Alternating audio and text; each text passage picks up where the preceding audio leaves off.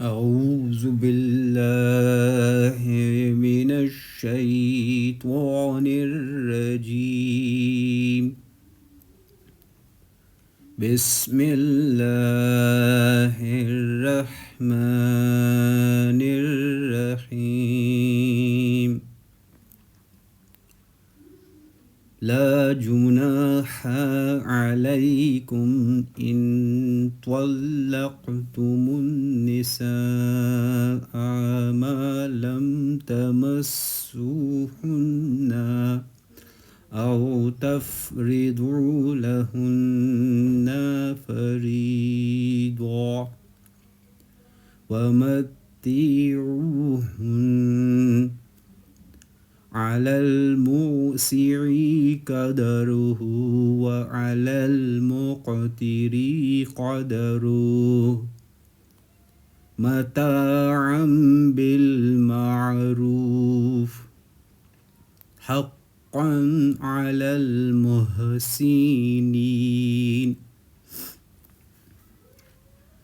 اگر تم عورتوں کو بغیر ہاتھ لگائے اور بغیر مہر مقرر کیے طلاق دے دو تو بھی تم پر کوئی گناہ نہیں. ہاں، انہیں کچھ نہ کچھ فائدہ دو. خوشحال اپنے انداز سے اور تنگ دست اپنی طاقت کے مطابق دستور کے مطابق اچھا فائدہ دے. بھلائی کرنے والوں پر یہ لازم ہے.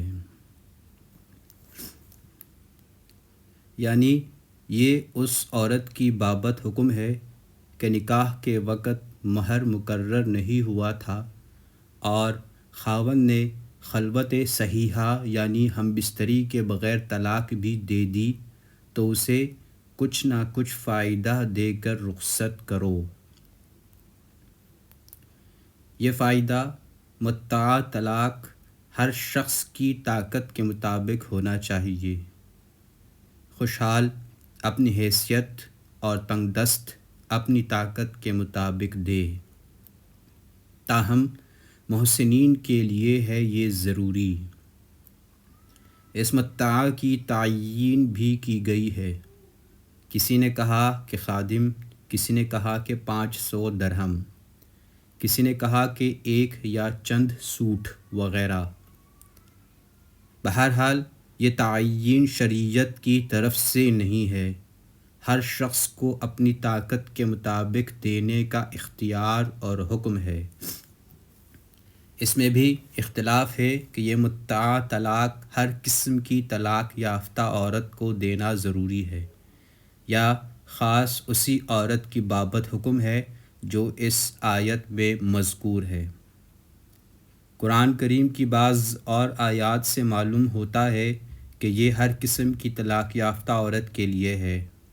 واللہ علم. اس حکم متاع میں جو حکمت اور فوائد ہیں وہ محتاج وضاحت نہیں. تلخی، کشیدگی اور اختلاف کے موقع پر جو طلاق کا سبب ہوتا ہے، احسان کرنا اور عورت کی دلجوئی اور دلداری کا اہتمام کرنا، مستقبل کی متوقع خصومتوں کے سدباب کا نہایت اہم ذریعہ ہے. لیکن معاشرے میں اس احسان و سلوک کی بجائے مطلقہ کو ایسے برے طریقے سے رخصت کیا جاتا ہے کہ دونوں خاندانوں کے آپس کے تعلقات ہمیشہ کے لیے ختم ہو جاتے ہیں.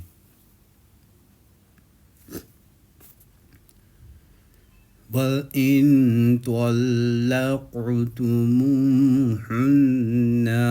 مِن قَبْلِ أَن تَمَسُّوهُنَّ وَقَدْ فَرَضْتُمْ لَهُنَّ فَرِيضَةً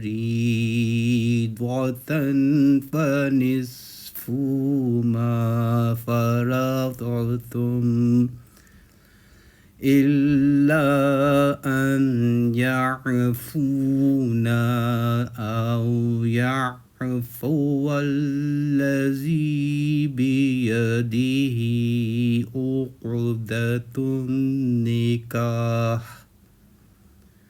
وأن تعفوا أقرب للتقوى ولا تنسوا الفضل بينكم إن الله بما تعملون بصير۔ اور اگر تم عورتوں کو اس سے پہلے طلاق دے دو کہ تم نے انہیں ہاتھ لگایا ہو اور تم نے ان کا مہر بھی مقرر کر دیا ہو تو مقررہ مہر کا آدھا مہر دے دو۔ یہ اور بات ہے کہ وہ خود معاف کر دیں یا وہ شخص معاف کر دے جس کے ہاتھ میں نکاح کی گرہ ہے۔ تمہارا معاف کر دینا تقویٰ سے بہت نزدیک ہے، اور آپس کی فضیلت اور بزرگی کو فراموش نہ کرو، یقیناً اللہ تمہارے اعمال کو دیکھ رہا ہے۔ یہ اور بات ہے کہ وہ خود معاف کر دیں، یعنی یہ دوسری صورت ہے کہ مساس خلوت صحیحہ سے قبل ہی طلاق دے دی اور حق مہر بھی مقرر تھا۔ اس صورت میں خاوند کے لیے ضروری ہے کہ نصف مہر ادا کر دے، الا یہ کہ عورت اپنا یہ حق معاف کر دے۔ اس صورت میں خاوند کو کچھ نہیں دینا پڑے گا۔ یا وہ شخص معاف کر دے جس کے ہاتھ میں نکاح کی گرہ ہے، اس سے مراد خاوند ہے، کیونکہ نکاح کی گرہ اس کا توڑنا اور باقی رکھنا اس کے ہاتھ میں ہے۔ یہ نصف حق مہر معاف کر دے، یعنی ادا شدہ حق مہر میں سے نصف مہر واپس لینے کے بجائے اپنا یہ حق نصف مہر معاف کر دے اور پورے کا پورا مہر عورت کو دے دے۔ اس سے آگے آپس میں فضل و احسان کو نہ بھولنے کی تاکید کر کے حق مہر میں بھی اسی فضل و احسان کو اختیار کرنے کی ترغیب دی گئی ہے۔ ملاحظہ: بعض نے بیدہ عقدۃ النکاح سے عورت کا ولی مراد لیا ہے کہ عورت معاف کر دے یا اس کا ولی معاف کر دے، لیکن یہ صحیح نہیں۔ ایک تو عورت کے ولی کے ہاتھ میں عقدۂ نکاح نہیں، دوسرے مہر عورت کا حق اور اس کا مال ہے، اسے معاف کرنے کا حق بھی ولی کو حاصل نہیں۔ اس لیے وہی تفسیر صحیح ہے جو آغاز میں کی گئی ہے، بحوالہ فتح القدیر۔ ضروری وضاحت: طلاق یافتہ عورتوں کی 4 اقسام ہیں۔ 1، جن کا حق مہر بھی مقرر ہے، خاوند نے مجامعت بھی کی ہے، ان کو پورا حق مہر دیا جائے گا، جیسا کہ آیت 229 میں اس کی تفصیل ہے۔ 2، حق مہر بھی مقرر نہیں، مجامعت بھی نہیں کی گئی، ان کو صرف متاع طلاق دیا جائے گا۔ 3، حق مہر مقرر ہے لیکن مجامعت نہیں کی گئی، ان کو نصف مہر دینا ضروری ہے۔ ان دونوں کی تفصیل زیر نظر آیت میں ہے۔ 4، مجامعت کی گئی ہے لیکن حق مہر مقرر نہیں، ان کے لیے مہر مثل ہے۔ مہر مثل کا مطلب ہے اس عورت کی قوم میں جو رواج ہے یا اس جیسی عورت کے لیے بالعموم جتنا مہر مقرر کیا جاتا ہو، بحوالہ نیل الاوطار و عون المعبود۔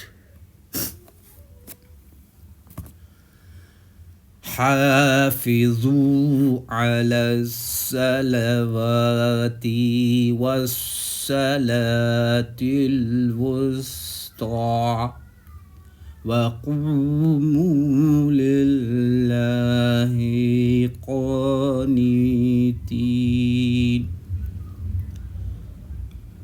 نمازوں کی حفاظت کرو، بالخصوص درمیان والی نماز کی اور اللہ کے لیے باادب کھڑے رہا کرو۔ درمیان والی نماز سے مراد عصر کی نماز ہے، جس کو اس حدیث رسول صلی اللہ علیہ وسلم نے متعین کر دیا ہے، جس میں آپ صلی اللہ علیہ وسلم نے خندق والے دن عصر کی نماز کو صلاۃ وسطیٰ قرار دیا۔ بحوالہ صحیح بخاری، کتاب الجہاد، باب الدعاء علی المشرکین بالحزیمہ، و صحیح مسلم، کتاب المساجد، باب الدلیل لمن قال الصلاۃ الوسطیٰ۔ فَإِنْ خِفْتُمْ فَرِجَالًا أَوْ رُكْبَانًا فَإِذَا أَمِنْتُمْ فَاذْكُرُوا اللَّهَ كَمَا عَلَّمَكُم مَّا لَمْ تَكُونُوا تَعْلَمُونَ۔ اگر تمہیں خوف ہو تو پیدل ہی صحیح یا سوار ہی صحیح، ہاں جب امن ہو جائے تو اللہ کا ذکر کرو، جس طرح کہ اس نے تمہیں اس بات کی تعلیم دی جسے تم نہیں جانتے تھے۔ یعنی دشمن سے خوف کے وقت جس طرح بھی ممکن ہے پیادہ چلتے ہوئے، سواری پر بیٹھے ہوئے نماز پڑھ لو، تاہم جب خوف کی حالت ختم ہو جائے تو پھر اسی طرح نماز پڑھو جس طرح سکھلایا گیا ہے۔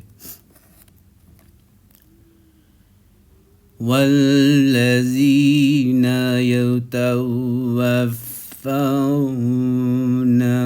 مِنكُمْ وَيَذَرُونَ أَزْوَاجًا وَصِيَّةً لِأَزْوَاجِهِم مَّتَاعًا إِلَى الْحَوْلِ غَيْرَ إِخْرَاجٍ، فَإِنْ خَرَجْنَ فَلَا جُنَاحَ عَلَيْكُمْ فِيمَا فَعَلْنَ فِي أَنفُسِهِنَّ مِنْ مَعْرُوفٍ، وَاللَّهُ عَزِيزٌ حَكِيمٌ۔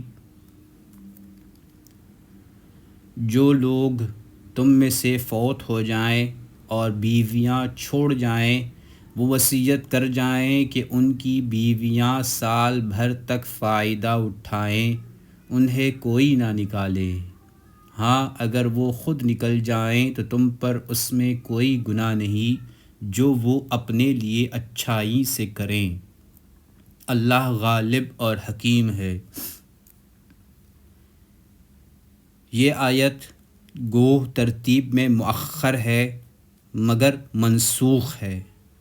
ناسخ آیت پہلے گزر چکی ہے، جس میں عدت وفات 4 مہینے 10 دن بتلائی گئی۔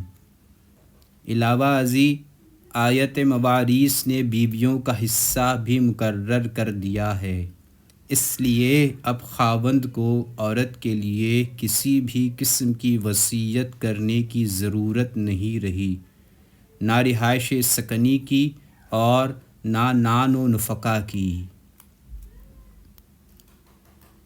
وَلِلْمُطَلَّقَاتِ مَتَاعٌ بِالْمَعْرُوفِ حَقًّا عَلَى الْمُتَّقِينَ۔